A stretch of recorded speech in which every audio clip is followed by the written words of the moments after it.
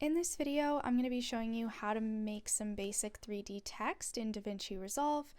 Be sure to watch this video until the very end to prevent any mistakes in the process. You're going to begin by going onto the Fusion tab and opening up your nodes. Now, I'm just going to delete the nodes that I have right here just so that I can show you how to do it from the beginning. So you're going to need a 3D text node, a merge 3D node, and then the render 3D node, and you're just going to make sure to connect these to each other, and you're also going to need just the regular merge node just for right here.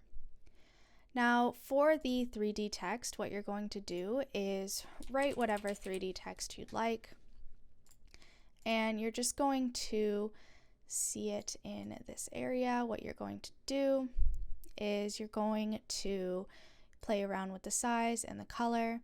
Now for this one, what you're going to also need is to go into